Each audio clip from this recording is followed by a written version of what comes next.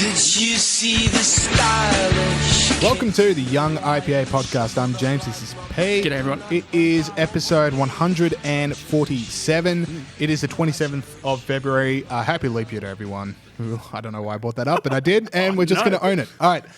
We got a loaded show for you guys coming up this week. We are talking to the IPA's Director of Communications, Evan Mulholland. Yeah. Huge week for him. He was trending around Australia on Twitter. We have this awesome new poll that just came out that we want to talk to him about on Australians' attitudes towards the ABC. Not good. A few other things the poll is not good.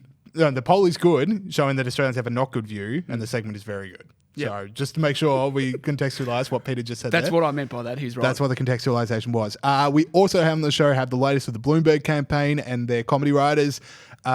Bins, big discussion point, especially with Evan, and net zero emissions. Pete, anything you're looking forward to at the start of the show? Well, I think the highlight of the show for me was you saying happy leap year to everyone. So I think we've already peaked. All right, well. And it's only down here from So here. that's it for us next week. Go and do your washing. Go mow your lawn. No, just kidding. Looking forward to Donald Trump expressing his love for something that I also love. All right, there we go. So I'll leave it like that. All right, so Pete, let's talk about the big issue, which is the fact that Bernie Sanders is basically like it's his race to lose from this point. Exactly right. Bernie Sanders is right in the lead of the Democrat nominee for the president.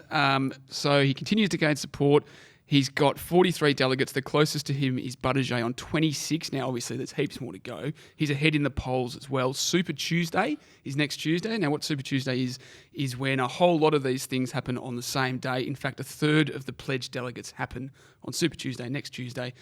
So far, we've had barely any, but what we have now is kind of an indication of what's happened. Now, if it So it's about momentum at this point, and then Yeah. Super Tuesday is like, oh, actually, can you win this? It's like the first half an hour of election counting.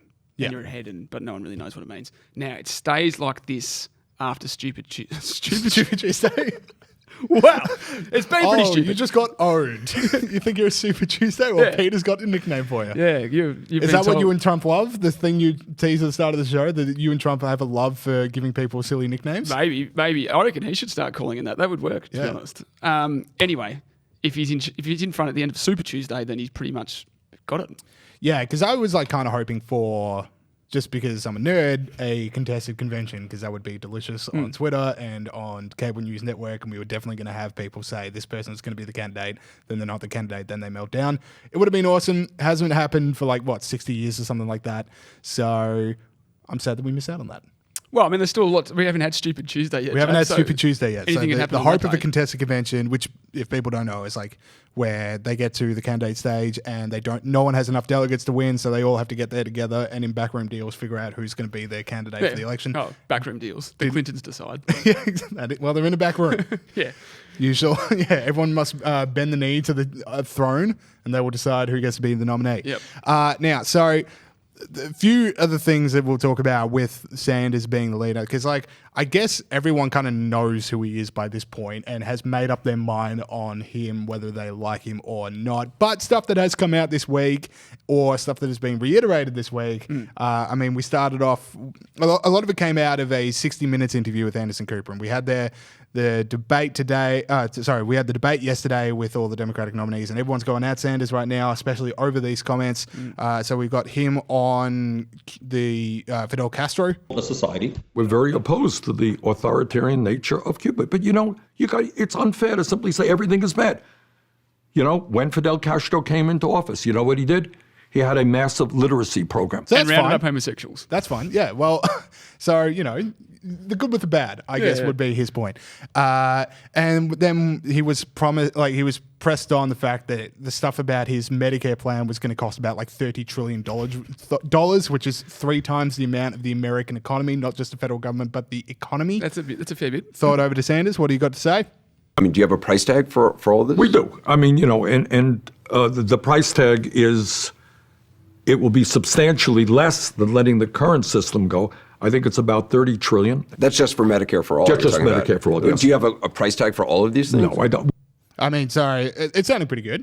Politicians always love it. I mean, people always love when politicians can't cost their policies. Yeah, exactly. It's just like it threw over the Labor in this election. It's going to throw over Sanders. I genuinely reckon Trump would dominate Sanders. I mean, you talk about moderate people go like, I don't know Republican, don't know about Democrat. Like I'm not the biggest Trump guy in the world, but he's not on record praising Fidel Castro or just like, well, I suppose there are a few pie in the sky things, but not as pie in the sky as where's 30 trillion come from. Yeah, I don't know. Yeah. We're not going to nickel and dime it right now. I can't cost that for you right now, but look, that's an interesting point. The general consensus is, and as you know, James, I'm no political, expert.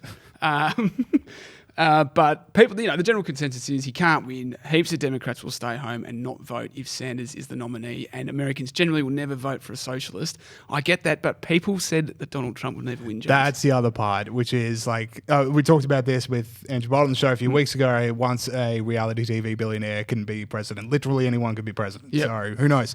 The other part of it is I'm liking the Democratic establishment freak out over Sanders. So there's so many people who are like, Sanders, blah, blah, blah, blah.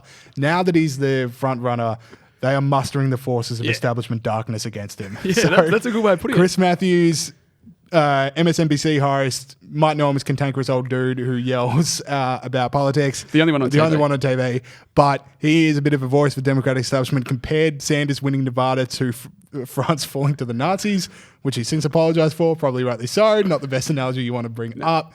But I don't know if they're going to be able to harness the forces of darkness like they did in 2016 to make sure Hillary won, the same way they'll be able to now when it's like Sanders is just blowing everyone away. Yeah, well, he's in front by so much, it will be hard for them to do that, but they will try. They will try. Now, can I just show you efforts will be made. Yeah, exactly right. Now, can I just show you one more thing before we move on? I noticed this during the week. It was made a few weeks ago, and now the Sanders have campaign. It's a video, and the Sanders campaign have adopted it as an ad, and in my opinion, butchered it. So I'm just going to show you a section of the original video. So roll the tape, please, mate. Black, white, straight, gay, men, female.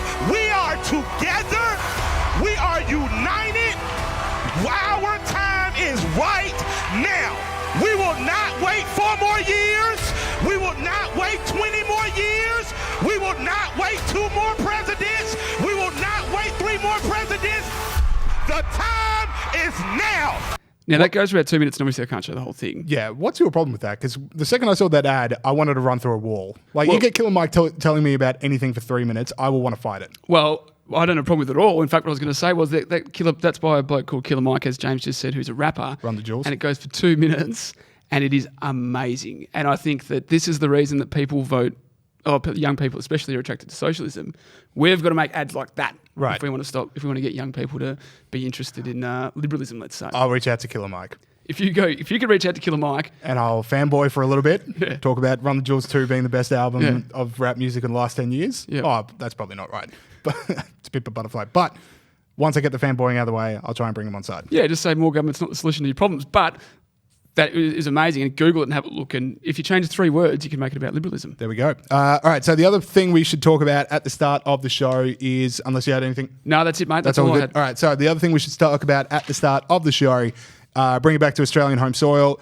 Labor has announced a net zero emissions policy by 2050 and will oppose taxpayer funding of new coal-fired power plants. So one out of those 2 things is good, and it's definitely not the first one. So in their defense, like they say, okay, we're signed up for Paris. Paris has specifically said net zero emissions by 2050, so we're just announcing that we're going to suit up to Paris. I echo Gideon Rosner's thing, which is like, congratulations, Scott Morrison, on wiping out the next election. I don't get this as a strategy.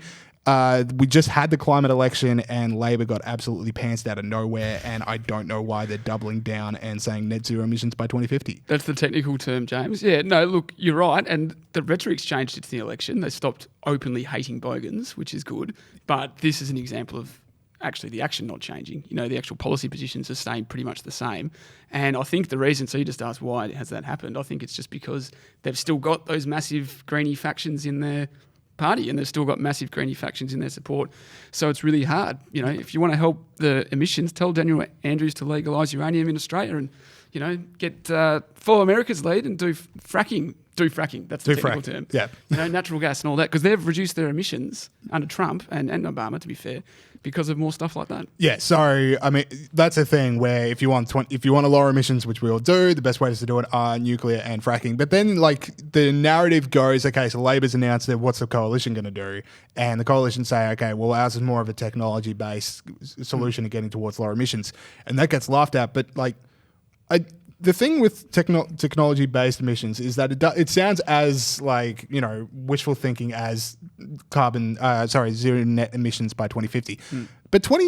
But 25 years ago, we didn't have the internet. Like, who knows what the world is going to look like in 50 years' time? We might have figured out a technology way of doing all this stuff. Like, if you genuinely think the electric car that runs as well as a diesel car and costs as little as a diesel car isn't on the way in the next 50 years, you're a fool. Like, look around you. Look how much technology is developing and how quickly it is. That is literally the solution. Like, if it needs a solution, as you know, I'm quite skeptical of how bad a problem climate change is going to be. But if it does need a solution, it's definitely technological innovation. Yeah. It's not Anthony Albanese going, we're going to be emissions free by 2050. Yeah, the guy that invents this stuff is going to be the richest person in the world, and no one has to immediately divest from mining in Australia, and we lose jobs. No, exactly right. If that's pie in the sky thinking, then so is yours, but mine is actually correct. Not yours, but like people that think net zero policy. Yeah. Anyway, Okay, so that's that. Let's get into heroes and villains. Let's hear from Grunt the Pig, which is the international symbol for the snort of freedom. This is for people that have stood up for freedom around the world, for human progress. So that's the first time I've had to ask for that. Yeah, because Saul usually throws in the curveball. Usually he tries to one-up us, but I thought if I preempted him and I asked for it, then the power's back in my hands and not Saul's. Get him a bit And he slack. doesn't have a microphone, so he can't defend himself. Now, Pete, who is your hero of the week this week? Well, I don't know if you've heard of this bloke, but Donald Trump is my hero this week. Now, he's been visiting India in front of more than 100,000 fans in Matera Cricket Stadium in Gujarat. He said this. Where your people cheer on some of the world's greatest cricket players, from Sachin Tendulkar to Virat Kohli. Now, I'm sure he's got staff. That say to him, now, do you know how to pronounce these names? And I'm sure Donald Trump says, yes, I know how to pronounce it. Let me do the speech. Yeah, he strikes me as a we'll do it live kind of guy. Yeah. I got to say, that's actually, if you told me, check out this clip of Donald Trump trying to pronounce Sachin Tendulkar and Virat Kohli, he did much better than I would have thought. Yeah. Virat Kohli was nearly correct. Yeah. He just sort of said Kohli. Look, he wasn't too bad, but he sort of, it's like, even if you said Sachin Tendulkar phonetically, it would be closer. You'd be right, because it's sort of a phonetic name. Anyway, the link between cricket and politics happens a lot, James, as we know. Now, I'm going to show you a few clips of this. This is a famous one. Roll the tape, Saul. Howard failed to handle the local conditions with his first delivery. That was a dead ball. Not wanting to damage Australia's cricket reputation on the subcontinent, he stepped up again. Wide that time. One last failed attempt. Now, everyone's seen that before. John Howard's very famous. I didn't realise he actually did 3 bad deliveries. I only thought there was one. How do you go back to the well? What was going to be fixed after the first one? It wasn't like there's technical, you're just releasing it a second too slowly. Don't go back. No, that's just leave the country. That's just a fast bowler going, Skip, I've got it. Give me the ball. Get the ball in my hands. Anyway, he then went and had a bat and he actually hit the ball, so he didn't get you'd hope. Off stump out of the ground. Anyway, Hawkey came a cropper as well with cricket. Saul, please. Oh, well, I haven't felt better, but it's okay. Tell me I was very lucky that it scratched the surface of the eye. Now, for those listening, that is Prime Minister Hawke getting hit in the head playing in a cricket game. Didn't realise also in that game, I thought that had happened. Apparently he hit his first ball for 4 and made 28, so he did do pretty well anyway. It was done by Melbourne Herald journalist Gary O'Neill. Imagine standing at the top of your mark going, I'm going to scon this bloke. Prime Minister of Australia, I'm going to scon him. Anyway, final one of cricket and politics sometimes does... Leave me off that last press release, would you? Of cricket and politics mixing very well indeed. Go on, Saul. Oh, that's a big shot. It's hit high in the air, going down towards extra cover, and they won't get that one. Into the crowd. What a shot. That's 6. I've literally never seen it. Is it that miles? That has gone miles. It is a huge 6. Now, of course, that is Imran Khan, Prime Minister of Pakistan, when he used to play for Pakistan, smashing the Aussies all around the Gabba at some point in the 80s. Very good point. A lot of cricket for the show. Let's move on. A lot of visual clips for a primarily audio-based format. So I've got a few more cricket highlights. All right, great. Here's a nice maiden over from Shane Warne circa 1997. All right, my hero of the week this week is Rishi Sunak, the new treasurer for the UK. They are putting together the budget, and he tweeted out a photo of him and his team hard at it. People can see it there. I just gave Pete crap for the visual format, but this is very visual. But anyway, sorry, he's right next to what appears to be like the largest bag of Yorkshire tea you can possibly buy. It is like nearly the size of his torso. Now, by the way, that is my kind of treasurer. That is a bulk purchase of someone who knows how to stretch a dollar with a view to the long term. Like that is not just, okay, let's settle this for right now. That is, let's settle this for future generations. He's not set that down the road to get a few actual coffees made at a coffee shop. He says we're going to get $40 worth of coffee. It's going to last us 2 decades. Yes. So that's the kind of treasurer you want at the helm. And so he tweeted out that photo. And Yorkshire Tea is a company. It's not just like a way of making tea. It's a company. And because of that, Twitter did what it did. A few choice tweets that I'll read to you. Yorkshire Tea, why are you promoting this fool? No longer buying your products. Well, that's how it looks. So goodbye from me to Yorkshire Tea. And a really tiny one. I printed out that tiny for some reason. This, I genuinely cannot read this. All right, then. Well, anyway. So the point remains, a whole lot of people jumped on saying Yorkshire Tea, how dare you sponsor this man, as if like Yorkshire Tea is just like, hey, here's some co-opting we can do. Yeah. Like we want to get an athlete at the height of his performance. Let's put some money into the treasurer of the UK. Yeah. Anyway, so Yorkshire Tea didn't ask for any of this. They just happened to be the product that he bought. And they had to tweet out, so it's been a rough weekend. On Friday, the Chancellor shared a photo of our tea. Politicians do that sometimes. Jeremy Corbyn did it in 2017, so they're both sides of the aisle, Yorkshire Tea. We weren't asked or involved, and we said so the same day. Lots of people got angry with us all the same. Now, they're my hero this week, because that is a tough week, embroiled in an internet storm for absolutely no reason, because apparently everything down to the tea you purchase for your office on a late night is political. Exactly right. And I'm glad you made them a hero, because they didn't succumb. They just wrote a polite statement saying, we're not political. Hey, look, we crossed the aisle. They this didn't tea... say, yeah, we distance ourselves from Boris Johnson's racist government or something like that. Yes, they withstood the Yorkshire Tea Party. So, that was a joke I knew Pete would hate. All right, all week. That is Villains. If the heroes. Will now go to the villains, and I have said many times before I do not endorse what we do for villains. So, Pete, take us away. Well, so I'll roll the tape. This is as Extinction Rebellion protests enter their 6th day. That is a fake nudie run from Extinction Rebellion back in October, and as a result, they get named the fake Extinction Rebellion nudie run Villain of the Week award for those who are standing against freedom this week. James, hit us with your nomination. My nomination for Villain of the Week is Caulfield Grammar, which is a private school down here in Melbourne. They have just opened up a $25 million aquatic centre in the school. A lot of money. It is a lot of money. That is a lot of money. $25 million aquatic centre.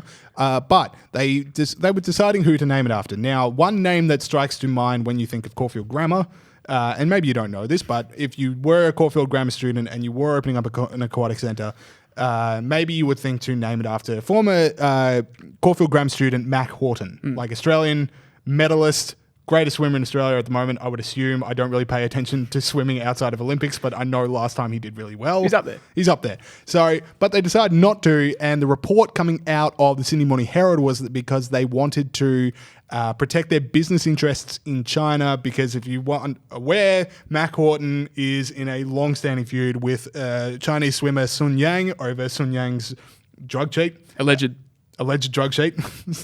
Good save, Pete, to keep us away from the trolls who will come anyway if they need to. But anyway, so Mack Horton, Sun Yang, they've decided to take Sun Yang and the money over Mack Horton. Yeah. Now they've just come out now that they might change it back, which they probably should. But Caulfield Grammar, if you're a student there, just know the school will support you as long as it doesn't cost them potential future earnings. I don't know how you can look your students in the eye and tell you we want you to grow up and be people of integrity, people of honesty and stuff like that, and then bow to that. Do you know what that regime is doing to people? Caulfield Grammar, you should be ashamed. Yeah, it's literally your own student. Yeah. If there's any school in Australia that should praise Mack Horton, it's the one he went to school at. He's gone up, he's an elite swimmer, he's done really well, he stood up against something that was wrong. Yep. And this is how you repay him. There we go. All right. For a few extra yuan. Very good. All right, let's move over to your villain. Mate, I've got a really good villain this week. This is what I really was looking forward to, but I forgot at the start. Anyway, my villain this week behind the curtain is Tasmania Parks and Wildlife Service. 3 days ago on the ABC News website, there was this. If you've ever picked up a stick in a park or reserve to help lever yourself over the rocky patches, you probably thought you weren't doing any harm, but Tasmanian Wildlife Services wants track users to think twice about picking up walking sticks. James, a stick is not just a stick. That is a direct quote. If you're an ant, that stick could be a perfect highway across the forest floor. Also good for fungus and insects. So sticks, apparently, James, are a city link for ants, and visitors have been asked to bring walking poles if required. Now, this all started, James, because staff at, now I did Google how to say this, Freycinet National Park,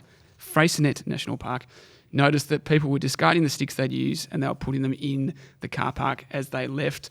Now, I looked into this, James. Freycinet National Park is 169 square kilometres. There's enough friggin' sticks to go around, okay? We can all have a stick. Find something better to do some friggin' burn-offs or something. This is ridiculous. I got a few things. So one, I only just thought of now, which is like you said, how these sticks are ants highways and people are leaving them in the car park. So now they're just an ants highway in a different spot. You're telling me the ants in the car park don't get a highway? They've got to go over the gravel? There's ants and fungi in the car park. Exactly. That's ant-discrimination. Now, the other part I'll talk about is, so the ant highway's a sunbed for a skink, I don't know what that is, or a home for fungi. Now, if you're telling me that any of those things are more important than me pretending to be Gandalf and annoying people I'm on a hike with, I don't want to hear it. Because that is important. Yeah. It's important to bring jokes in. Also, another part of this story I saw. So rangers at the national park collected and discarded walking sticks over 3 months to demonstrate the impact. So you had this like whole bunch of sticks in one pile in the middle of the forest. Strikes me as a bad idea. Well, I don't even know if you've read too much about the bushfires, but I reckon having a whole bunch of sticks in one location in the middle of a national park, I would frown upon that. A pile of kindling. It's like building a little fire. I don't know if you're doing the thing that you think you're doing when that happens. And also, if they're so important, put them back. Exactly. It's a stick. Now no ant can have a highway. Now no ant can have a highway because these rangers want to make a point. Yeah. All right, that is it for the start of the show. So now let's go over to our interview with Evan Mulholland. Okay, we're now joined once again by the IPA's Director of Communications, Evan Mulholland. Welcome back to the show. Thanks for having me, guys. Now, massive week. Massive week for Evan. You were trending in Australia, Mr. Trending in Australia, Evan, number one. On Twitter. On Twitter. Yeah. As opposed to what, Pete? Well, you can trend on other stuff, can't you? I think if you're trending, it's definitely a Twitter thing. So anyway, how has fame changed you this week? I've no, it hasn't really changed me much. Well, I reckon. As you know, I'm very humble. Obviously, a lot of the responses weren't overly positive, but I sort of put that to the side. I never really take note of it. Plus, I've done a really great thing on Twitter. I've gone to the mute section. Very humble. I've gone to the mute section and I've muted the teardrop emoji. And as you know, all the lefties have identified with this teardrop emoji, something about water buybacks or something like that. Okay. So most of the responses I didn't actually see. So. How do I do that? I'll do it right now. I will show you how to do it. You go to your settings and then you go mute. All right, yeah, Pete, you carry this interview. I'm just trying to figure this out. I don't ever want to mute people. I'm ready to hear all viewpoints. Trust me, not after a few days on Twitter, not all viewpoints. Sometimes I go on Twitter and it makes me sad. That's true. But Evan, what was the tweet? Because Bolt forgot to read it out. Okay, it was that this is a disgrace, talking about the extra bin for the viewers and listeners, talking about the Daniel Andrews introducing an additional bin for glass, which has like a pink or purple lid. So that's 4 bins people need to have, which have no room. So I said, this is a disgrace. Daniel Andrews is conscripting all Victorians to become unpaid rubbish sorters. Okay. Which is true. And that for that you were trending. For that I was the number one trend in Australia. Now, I've said things I think that are a lot more controversial than that. As you know, Gideon tweets all the time as well. He said things that are a lot more controversial than that. Well, he definitely has. It was a slow news day for the tweeters out there that have too much time on their hands. They had a lot of fun with it, and good on them. Most of the the Twitter journalist class got around it as well, which I thought was quite amusing. It was a lot of fun. The thing I think about it is you got like all these Twitter responses, which you said, but the thing is, I don't think it accurately reflects where the Australian public is. Like, Twitter is not real life as being a deciding election strategy for a few elections now, and this thing as well, because when your comments got picked up by, your article got picked up by the Herald Sun, those comments were very positive. Yeah, there was like over 600 comments all in my favour, being like, this is absolute crap. I have no place to store this. This is so impractical. This is going to result in more waste. All the exact arguments I was making, but it's a lot different to what was said on Twitter. And I can tell you, my email inbox is full of punters writing in, being like, good on your comments. This is a disgrace. I will get to the actual story in a sec because it is very important, but I want to touch on another person who's also had a big week on Twitter, not just yourself, Evan, but the man next to me, James Bolt, got his first 100-like tweet this week. I'll read it out to you. The year is 2030. All right, we don't need to do this. Same Let's topic get as past you. this part. You have 47 bins. All right. Each is triggered with an alarm that upon a single mistake sets off a swarm of killer wasps. The wasps must be then put into their own bin. 193 likes. Rita Panahy, David Lanehelm. Big old Rexy boy here responded as well.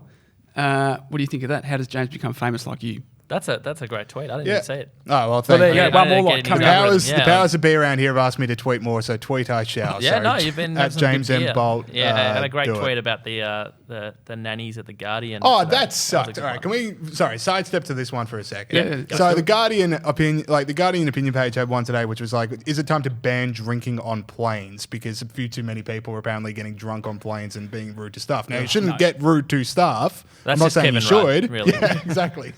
Once the Guardian can leave Kevin Rudd alone, I'll be happy. But you should not be mean to staff, obviously. But the idea that the rest of us have to suffer because, like, you know, these are isolated cases, whereas drinking on a plane, as Peter rightly pointed out, is one of life's greatest inventions. It is ridiculous. Oh, and who are these people that are being ruder when they're drunk? Like, I get a bit nicer. When I just want to know more what the polite. flight attendant's about.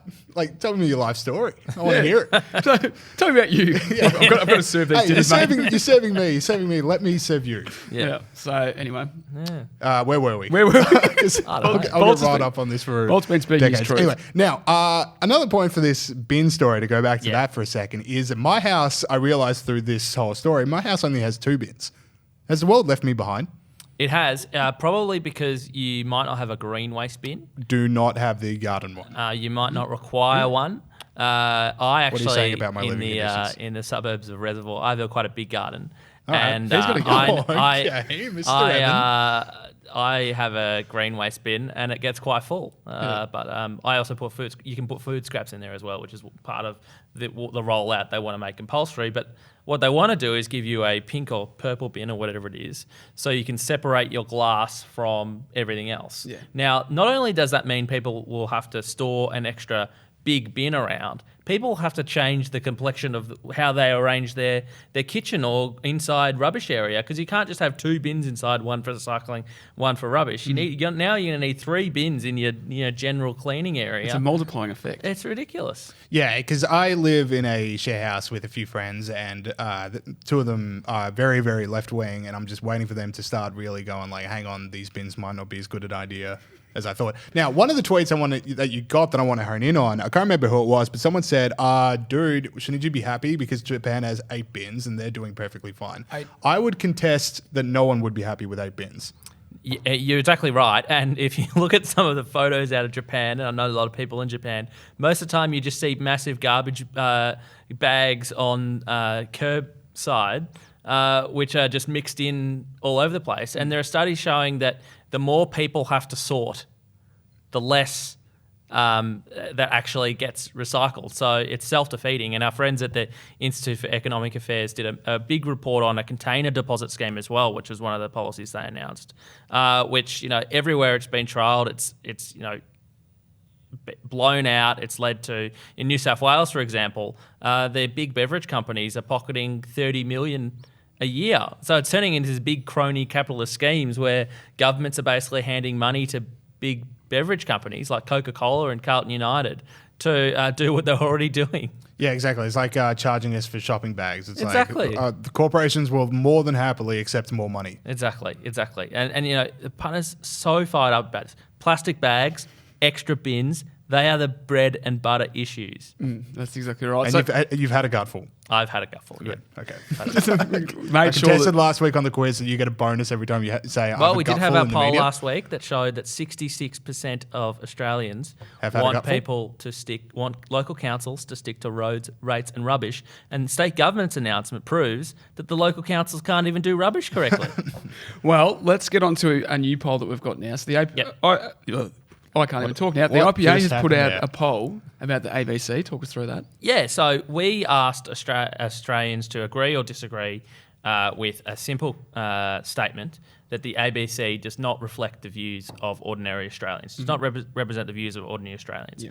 32% of Australians disagree with that statement. So 32% agree. 32% disagree. So Disagree with the idea that it doesn't. Oh, okay. Our I think this is shocking indictment on the ABC, because it's telling that only 32% of Australians think that the ABC speaks for them, think it represents their views. You've got an ABC, a public broadcaster that we all fund to the tune of $1.1 billion every year, that is increasingly biased, and I don't mind that the Guardian's biased or the SMH is biased, because they're a private organisation. We don't have to pay for it.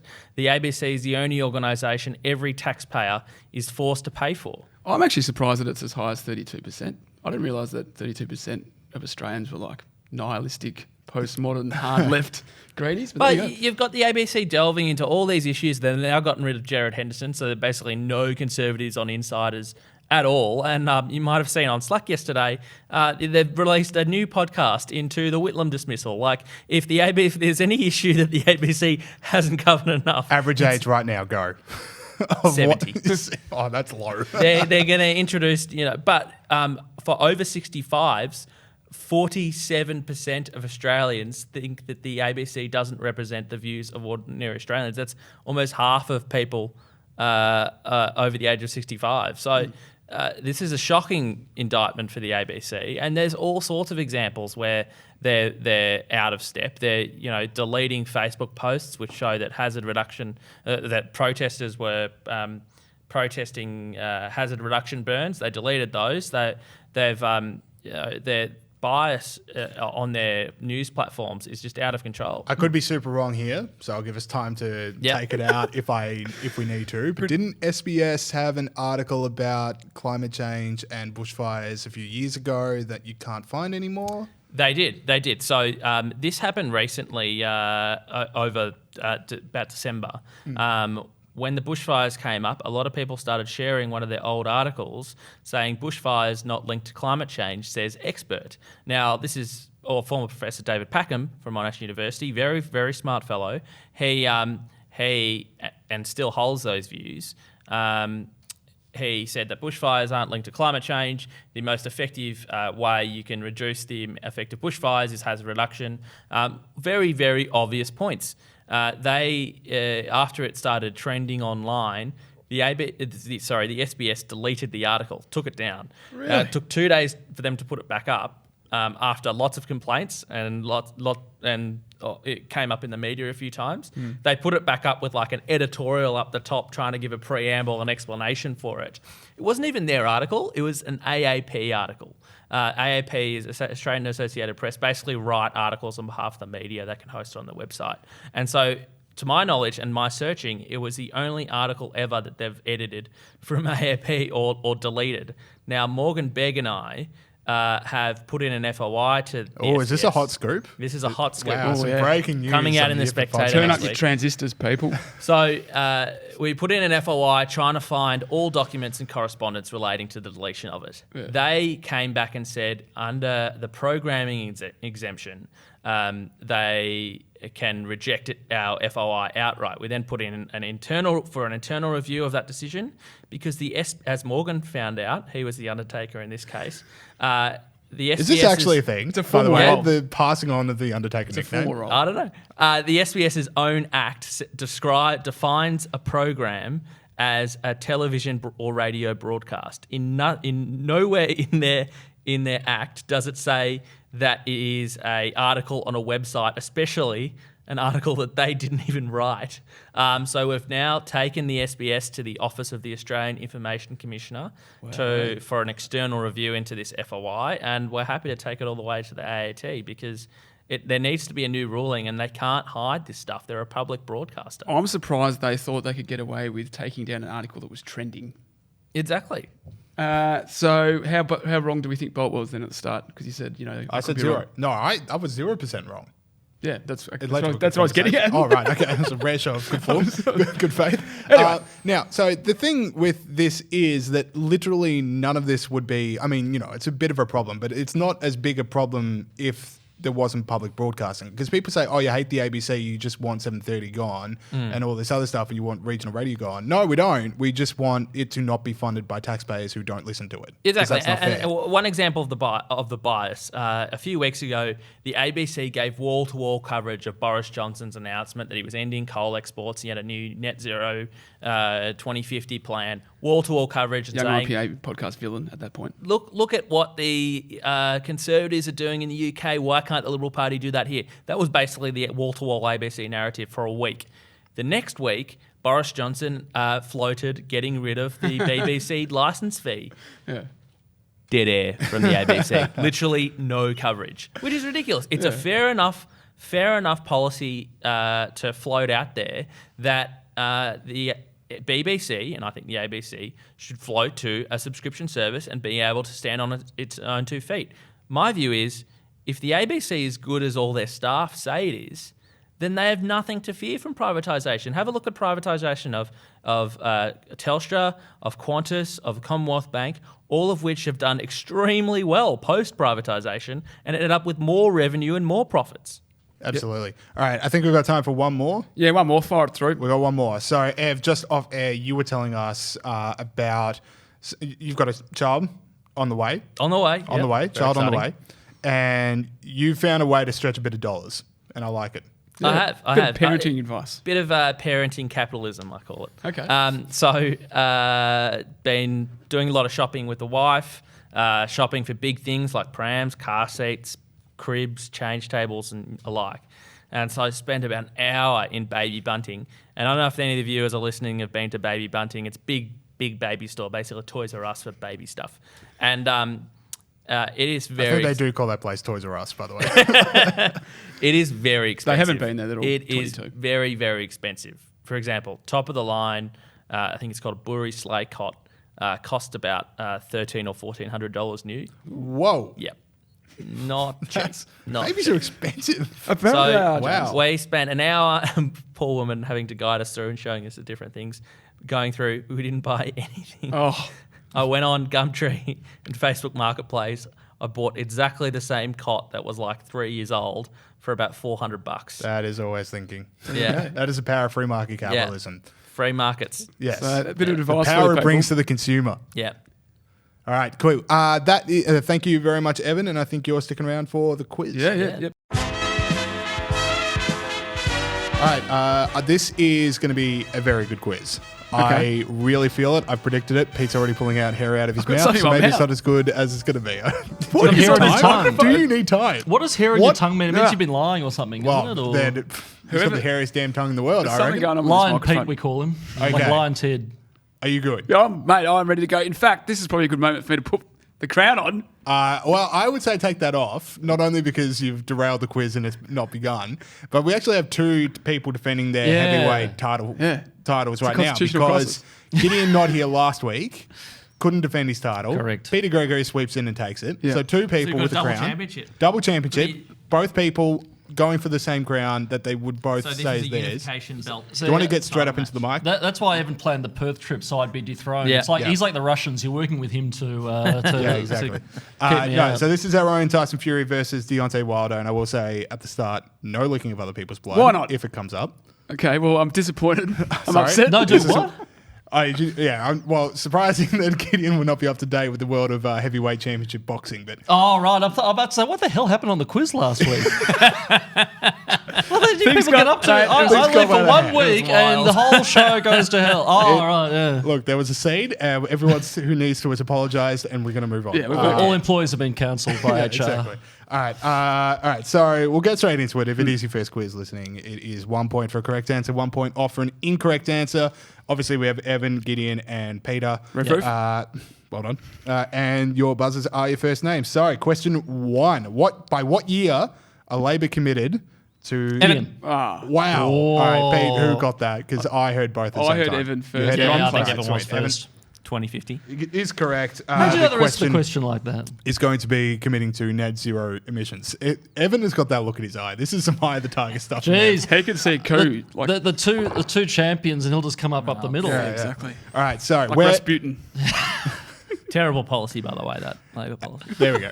Never stops. Never stops. Bit of There we analysis. go. Research. Okay. That's the research. All right. So we had the Democratic debate this week. Where is the next primary located? Gideon. Oh, who knows? South Carolina. I did actually just mention that off air. So Once you start No, talking- I actually didn't know. It didn't occur to me. I thought, where is it? But anyway, buzz first and think later. Once James That's my starts motto. talking, I just blank out. So. Yeah, it's what's held the podcast back, but also in some ways improved it. Question number 3. Which dictator did Bernie praise in an unearthed Roof. video? Fidel Castro. Fidel Castro this week. Good old Fidel. Not good old Fidel for well, old Cubans listening. But All right, question 4. Which dictator did Peter Gregory just praise on the Young IPA podcast? Just to clarify. Just to clarify. All right. Now, Evan, we were just talking to you about bins. How many bins? Gideon. Oh, here we go. Or you. All right. What's the answer? 4. Is not the question I was going for. So point off for Gideon. Jeez. Always pays to wait till the end. How many bins do residents have in Japan? Roof. Roof that time. 8, mate. 8. 8 big ones. I saw that on Twitter as well. So There we go. That's All my right. story. Good story. Do you want to tell it again, but slower? Don't leave out How any does that details. work in this time. Tokyo if they live in an apartment building? Do they have to, Potentially not true. yeah. Oh, okay. Well, it's definitely an infographic I saw more than once on Twitter. No, I saw it anyway. Yeah. All right. In Japanese listeners, write in. J-Bolt at IPA. J-Bolt. Look, at IPA. when Australians start sleeping in drawers and stuff like that, then we can have 8 bins. That is slightly underrated. They're important. Look, I'm sure it's fine, but they're important cultural differences we're not Yes. factoring in here. But man, those pods. In Japan, they also sell. Good way to save a buck, In if you Japan, ask they me. also have Here it vending comes. machines at Here train it comes. stations with strong alcohol, like They do. pre-mixed drinks. Can you imagine if they had that at Southern Cross or something? The whole country would burn to the ground. Realise this was a Gideon It'd be interview. improvement. Yeah. There will be a 1.5 I minute. get so but- lonely in my office. I like to talk to people. Huh? This has quickly become a Gideon. I only got 9 minutes for Before quiz. that Gideon. hasn't debuted yet. All right. Now, question where we're up to 5. Now, which magazine did the Australian Press Council rule was in quote breach of standards for accuracy last week? Oh, where to start? Magazine. Magazine. Are there still There ain't magazines? even any magazines anymore. There are IPA magazines. review, of course, being No, the IPA one. review was never in breach of our standards of I saw accuracy. this. All right, God, Evan, you're the media man. we gave You should- Gideon don't wanna lose the we point, gave though. Gideon a soapbox about Japanese culture. We Yeah. can give Evan some thinking time. I'm not done. I'm gonna reprise it. I'm only about 5% of the way in. remix. Nah, I don't know. I'm not willing to listen. All right, fair enough. It is Women's Day. Oh, really? Women's Day What are in they- breach of standards for accuracy for reporting that What was Harry... inaccurate? The horoscopes or something? Yeah, no, they were always accurate. No, Yeah. Harry and Meghan were apparently on the outs. Was the big story that we thank God the vanguard that is the Australian Press Council stands between us and those kind of. Is that not true? Well, I think they were pretty definitive with it. Okay. I mean, I think everyone's probably odds on that 2 years they away. did But have why are we paying public servants to verify the gossip about the royal family? That's what I'd like to know. exactly, because we're all sitting here doing quizzes when Yeah. the real battle's outside. But anyway, so thank you to Australian Press Council because otherwise, anarchy all around. So no one gets those threat points. to All right. democracy. Next question: Iran's deputy health minister is in Gideon. the news. Coronavirus. He's been tested positive for coronavirus. The deputy health minister. Yeah. Really? Did And you he- say Iran? And Iran. he did an interview where he was saying, "Oh no problems with coronavirus," and he was coughing and spluttering the whole time. And lo and behold, now he has it. Yeah, that is like when they make the movie about coronavirus. That's the first scene. Yeah. Because that's kind of creepy. When the deputy health minister is saying nothing will be worried about, and he's like, snot's coming out his nose. Hey, if you get sick in a country like Iran, Very then anything's graphic. possible. Pete, you said you'd nude up last week. Did I? How can I be expected to remember everything I say? Come on. Give the people what they want. Anyway, next one. Closest to the pin. Closest to the pin, no points up. All right, that's good. Because no points You are can't off. get it wrong. You can, just no points are off. 62-year-old George Hood broke the world record for remaining in a planking position this week. How long was he there for? 62. Jeez. Since 2012, when planking was a thing. No, this is not like the planking the meme. This is like planking is in the fitness thing. Give us a You know demo. what I mean? Yeah. Give us a demonstration. Get on the Well, you've table. got the cameras. Oh Get yeah, on the that I had. Yeah, Get on the table. They make- Someone just fainted in the next room. With They the make idea of me that. do that in body pump. Yeah. No, I don't know. How are body pump classes going, Gideon? Oh yeah, when I drag my bloated carcass there, they go quite well. That's good. Not a lot of planks. I have a crack. I'm sure people know what the planking position is. Yeah, I So don't we know. all get a shot. Okay. That's close. All get a shot. No points doesn't. off. Oh, Yeah, 12 hours. 12 hours. 12 hours. The planking position. All right. It's a world record. 12 hours. I'm gonna go 4 hours. 4 hours. 4 hours and 15 minutes. All right. Peter Gregory somehow wins this, but only by a little bit because it's 8 hours, 15 minutes, and 15 seconds. So by 15 seconds? Sorry, no, by 15 minutes. Because you would have guessed If you were 4 hours away. If he'd You were lasted 4 hours 16 minutes 15, less, but I you would were have 3 won. hours, 45 minutes. I was about to start whinging that your claim that my guess was too high was a favourable thing for I those just guys. felt 12 hours was But then- very big guess to be in the planking position. I can't last a minute and a half. This guy's in going. the planking position. I can't even do it to begin with. I'm one of those people that has to go on their knees. Oh no! There we go. How boring would that be, by the way? 8.5 hours in the planking position. Yeah, Or good them playlist. being the Guinness World Records guy, watching this guy playing for 8 hours and 15 minutes. All right, next question. Wait, who got that point? Me. Pete. Come on. What type of animals escaped from Sydney's war? Oh, who was that? That was You two bastard, are you're good. too Ev, quick. Yeah, let's go. Ev. Baboons. Baboons is correct. Family podcast, Gideon. Now, 3 Bastard. baboons escaped. Anyway. For people who missed the story, and if you did, I apologise because this was electric, but 3 baboons escape. Now, one of them was on his way to the hospital for a vasectomy and had 2 of his wives accompany him, and then they all break out together.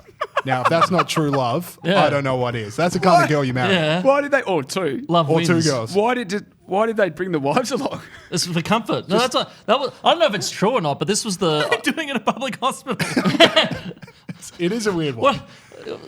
I know we got a lot of similar genetics, but I don't think the same surgery tools need to be. We should.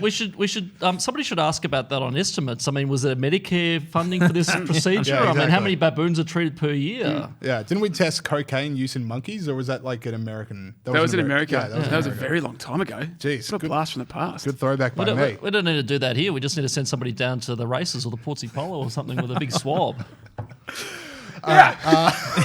Anyway, there's a lot of comments we're getting. It's just like, yep, but it's good stuff. All right, now which university is hosting female-only promotion? Evan. Melbourne University. Hi, the Tiger Eyes. Bloody The way he hell. leans in. All This is right. what happens when you have your comms guy doing this quiz. He actually follows the news. Yeah, that's director of policy. I think you should probably be You're on Sky like 6 times a week. Gideon. That's true. That's true. I should do those things. All right, sweet. So coming Thanks, into the Who. thanks, supervisor. It's been a good performance review. God, Pete was your supervisor. All right, so coming into the Who Am I? It is Pete on 3. It is Evan on 3. It is Gideon on 2. No, Whoa. one. Gideon's on 1. Oh, okay. Yeah. Still I win. don't think I've done that well. All right, so 5 points. 5 points. I was born 65 years ago this Monday. Born 65 years ago. Yeah. Potentially still alive. Or dead. That may be revealed by the next one. Okay. All right, so does anyone want to guess? Nah. Early on? I don't. All right, sorry, for 4 points. Well, Gideon, you're 2 points behind, don't forget. Evan is playing some serious gamesmanship there. You're like Mike Bloomberg with Donald Trump. You're trying to bait me, and it's not going to work. All right. Saying I cheat at golf or We something. will be talking about that in a second. We'll save it for the rest of the show, but yes. Now, for 4 points, I died in 2011. Not alive. In California. So that means they must have been, what's that? So that's 56 years old. Yes, getting better at this. Still don't know who it is though. Oh, do I? Nah, don't. 56? 56. What a roller coaster that was. Yeah, I think so. I'm going to Go. 56. Do it. Roof. Do it. Steve Jobs. Oh! Come on, that's why I'm the king. That's why I'm the king. Oh, respect. What a get. All right. That Evan, was too good. Thanks, guys. Thank you for playing, Gideon Good round. and Evan. Thank you. Well done, Pete. Thank you. We've got more show for you coming up after this. Yeah. Thanks, guys. All right. Congratulations, Peter Gregory. Very, very good victory. Steve Well done. Jobs. Steve Jobs. I'm great at working out his products as well. So, Very it's good. a partnership made in. I thought you'd get that. I'm really bad with technology, everyone. So let's carry on with the podcast, shall we? No, let's unpack this. I like where this is at right now. I like the energy this is. No, all right, you're right. We should keep going. All right, let us start some segments now. This is one of my favorite segments we do here. It is the Q&A clap. The original segment. This is a sound effects. Oh, Okay. all right. Thank you. Saul's lost it. All right, that sound you just heard is a Q&A clap. That is a sound effect we play to people that express, like when you watch Q&A, if you do, why? But if you do watch Q&A, some panelists will say something that's just like this knee-jerk, usually left-wing sentence that doesn't mean anything when you think about it for more than 2 seconds, but it somehow manages to get a gigantic clap from the Q&A. Now, Pete and I have always wanted to get our own Q&A clap one day. Still waiting. And there's a whole lot of people around the world that deserve this Q&A clap, that deserve it for their statements they make. So, this week, Washington Post, they deserve a Q&A clap for this headline that they ran with for approximately 2 hours before they pulled it. It is time to give the elites a bigger say in choosing the president. This is your moment. Now, I didn't want it in the middle of a sentence. There it is. I'm just Sawley. That's Tony Give yourself Jones. a Q&A clap, Saul, after the show, not now. Now, so that is in regards to Sanders winning in Nevada. So, people just thinking the Paws have had it too good for too long with Donald Trump in, so we need to take back the reins with the elites. I can't believe they changed it. Yeah. Don't change it. This has been your every single op-ed you've written for like 4 years or like 3 decades. Yeah, This it's a is what you mask-off think. moment where it's just like, oh, wait, no, we weren't supposed to tell you what we actually think. We just had the veil of security. This They is changed what it you to, think. it's time to switch to preference primaries. Which is No, it isn't. That is No, very it's not. low That's key. not what you're going for. That is not what you mean. That's not what you mean. So, very funny. Yeah, you mean we want to continue to steal everything that poor people hold valuable off Yes. them. This country should be run by 3 suburbs in New York and 2 in Los Angeles. needs a name. And literally no one else. It's like, it's not quite a dictatorship because it's like an oligarchy or something. Yeah, I think it's like oligarchy theocracy if it was religious, but it's not. Anyway, there probably is a name and technocracy. everyone's screaming it out. And I can't remember your politics. So. Anyway, now, let's move on. Okay. Now, everyone, I want to talk to you. I want to talk to you about something that our researcher. Yeah, we've got a researcher. Do we? Yeah, Mia. Oh, yeah. Mia. G'day, Mia. Mia, our researcher, thank you for everything you do, Mia, described this as Barnaby Joyce and Joel Fitzgibbon hardcore beefed on live TV, and I couldn't think of a better way to describe this clip. Why do you announce a policy and not know how you're going to do it? That Meat and Livestock Australia will tell you do not need to reduce the cattle herd. What you need to do is reduce the methane emissions from the cattle herd, and research is already very advanced, Barnaby. And what? Credit to Mia, that is some hardcore beefing. That is hardcore beefing. Hardcore beefing. And there is nothing more 2020 Australian politics than 2 middle-aged blokes arguing on live TV about how much cows fart and how we can maybe reduce how much cows fart. Yes. That's what that was about. But What's it actually? If you're an alien and you come down, the head God King alien will say to his, staff, what's that? And the staff will be like, oh, well, sir, they're arguing about cows farting. Yeah. And they're, the leaders. I reckon they'll just go, this planet's not even worth invading. Let's go back. Like, this is not worth the natural resources that it would take. Let's go back. So obviously that was Barnaby Joyce of the Nationals and Joel Fitzgibbon, Shadow Minister for Agriculture and Resources, had an argument. It went for about 5 minutes. Go and Google it if you want. That was just 15 seconds. Yeah, because I kind of saw it live, because it was Monday morning, wasn't it? Good question, James. I'm going to take Yeah, that it would have on been, notice. because, anyway, sorry, it was Monday morning, and I turned on the TV, and I'm still, I'm coming off the weekend where you just want to take Mondays. You just want to take Mondays a bit slowly, and then literally the first thing I see when I turn on the TV is these 2 guys drawing out. I'm just like, it is way too early for this. Yeah. Anyway, and because of that, I'm a bit jaded towards this press conference. I don't even think this is the best press conference of this week. Okay. So Wow. I will raise you what you just saw or heard, and throw it over to the head. Well, surprise, I'm a basketball fan. The head coach of the Wisconsin G League NBA affiliate team, talking about a team's loss when they were leading by 20 points. We have to be so much better at the end of games. We can't blow a 21-point lead with 12 minutes to go. However bad and biased and unfair and illegal and cheating the referees are, we have to be better closing games. And so that's the way I feel. Now that's getting it said. Yeah, that's, exactly right. That's letting it all out. So that's the best press conference of the week. So that was this week? That was this week. I thought that was something from a few years ago. So he's just his team's lost by 20 points and he's just absolutely cracked it. Cracked it. Got suspended for 2 games for it. Okay, yeah. Well, that doesn't surprise me. No, that's very good, James. I want to throw back. So we're trying to find, because as I said, I liked it. I think a little politics is a bit more stale. Having a couple of blokes just going nuts at each other and having a good old fashioned stoush is good. I wanted to show one more absolute classic Australian press conference. It does go for 44 seconds, but you do need to watch it all. If this is what I think it is, every second counts. Every second counts. Saul, roll the tape. Well, this is the mood in It is what I Whyalla. think it is. So if you're listening, don't worry, because the people watching, nothing's happening either. This is just Craig Emerson awkwardly standing there waiting for the music to kick in. Still waiting. Labor Trade Minister Craig Emerson. Here he goes. Now he's dancing. Ooh, yeah. Tune. Getting the moves out. He's still dancing. How did they not rehearse this? Oh, there we go. I'll wipe out there on my TV. No, why I'll wipe out there on my TV. No, why I'll wipe out there on my TV. Shocking me right out of my brain. Shocking me right out of my brain. Well, I'm shocked out of my brain. Man, I could discuss that clip for 3 hours. So- And with your permission, I will. So, listeners, because a lot of you aren't that old, that was 2012. That happened. That happened. That was a minister in the government just awkwardly staring at a journalist Of the Commonwealth of Australia. Of the Commonwealth of Australia, singing along to a old song from the 80s about the fact that and a the rest council didn't. What was it? Like a factory didn't shut down. It was something. Tony Abbott had said something. He said the carbon tax would wipe out Whyalla, which is Yeah. a town in South Australia. And instead of just saying it didn't, Craig Emerson got on his thinking's chair and he thought, you know what? Let's cut through. We should talk to a journalist. I should sing. Yeah. Instead of, I don't want to do it a cappella, so bring in a speaker system that will play the song. Don't start it from when the lyrics kick in. Give the whole 20-second musical intro. I'll just stand there and dance. It'll be fine. It'll play. Did you know on that apparently Evan Mulholland said the staff member started at the wrong time?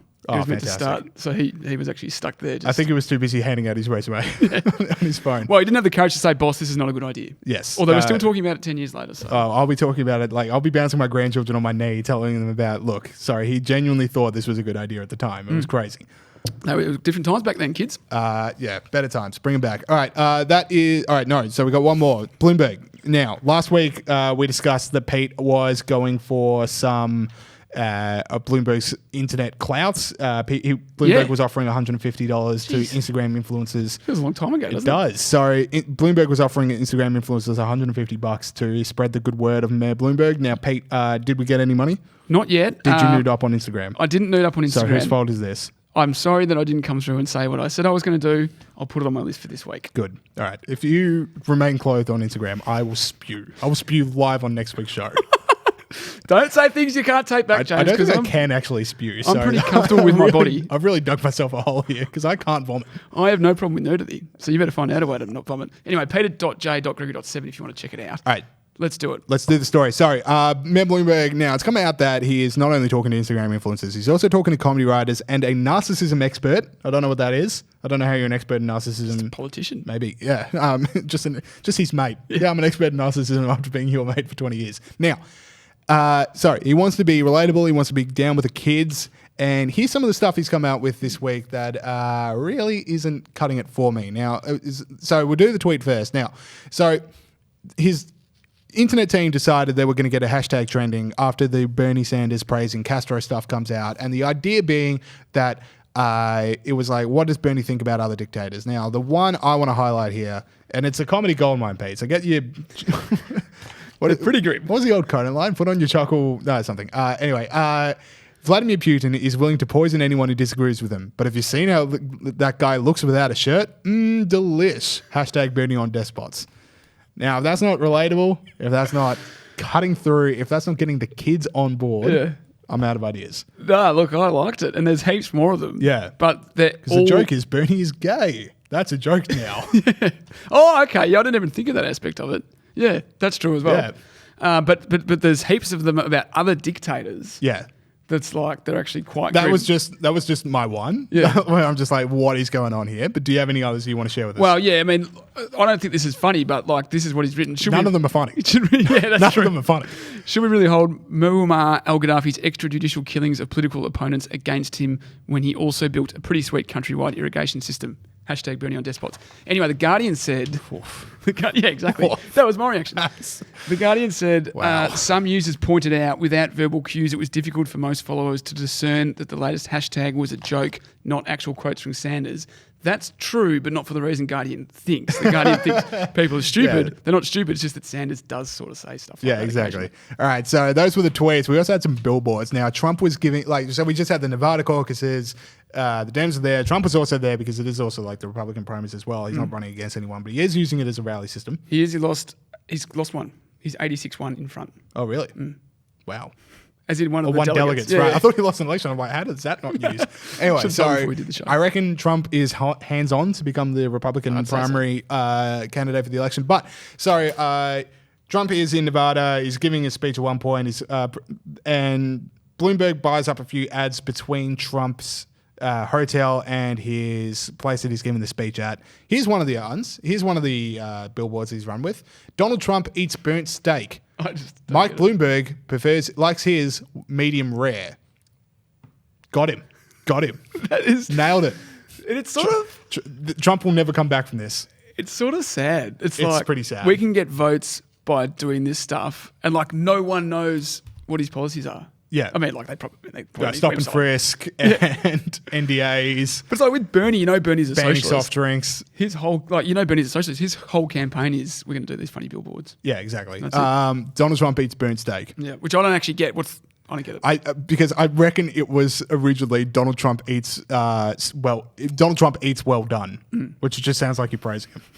Like, just well done, Donald Trump eats. Hey, good on you. But what's that got to do with anything? As if like that's just because you're in Las Vegas and like the culinary influences and like there's a lot of restaurant workers and it's like just shaming people correctly who have steaks well done. Okay, fair enough. The best kind of steak is still mooing. Is as rare as you could possibly get. Yeah. Any opinions you want to offer on this one? Medium. I'm not a big steak guy. Of course. Don't say that. Just middle ground Pete over here. My controversial Whatever just the least interesting one is. I don't have to, make up for a bland personality with exotic, food. I reckon you should. Can I give you something? My controversial view on steak is that I don't reckon it's that good. What about pork steaks? Pork steaks are good. Yeah. Anyway. Let's go. What a note to end the show on. Did you have any other billboards you want to do? Oh, it's just the one that said, and I'm just trying to find it here, which I can't quite find it. Oh, it's Donald Trump cheats at golf. Oh, there it is. Yeah, true. Yeah, which is obviously true. Like everyone knows. But also, like, what a way to appeal to the common working man. Yeah, the kids. I don't cheat at golf. Yeah. Great. I'm not able to play because I'm not rich. Yeah, I've never been to a golf course. Exactly. All right. We got to get in on this campaign. It just seems like an absolute way to print money. This guy's just sending out millions and millions of dollars to copywriters, and this is all you have to do to earn your paycheck. It's an opportunity waiting to be exploited. We've got to get in on this. Anyway, that is it for the show this week. Thank you to Evan Mulholland, and thank you to Gideon Rosner. And thank you for listening out there. So if you want to get involved as a young person, we've got O Week is happening at the moment. Few O Weeks still to come. Few O Weeks have been. If you want to get involved with Generation Liberty, which is a program here at the IPA, then go to generationlibertyipa.org.au. Correct, and that's for young people. And that is for young people. And there's thank you, Pete, for the youngs. Well done. And they've also got a Facebook page, Generation Liberty, and an Instagram page, Generation Liberty IPA. So make sure you're joining all those. Yep. And we got the membership for $25. Yep, exactly right. Very cool. All right, see you guys next week. See ya. Thanks all. Bye.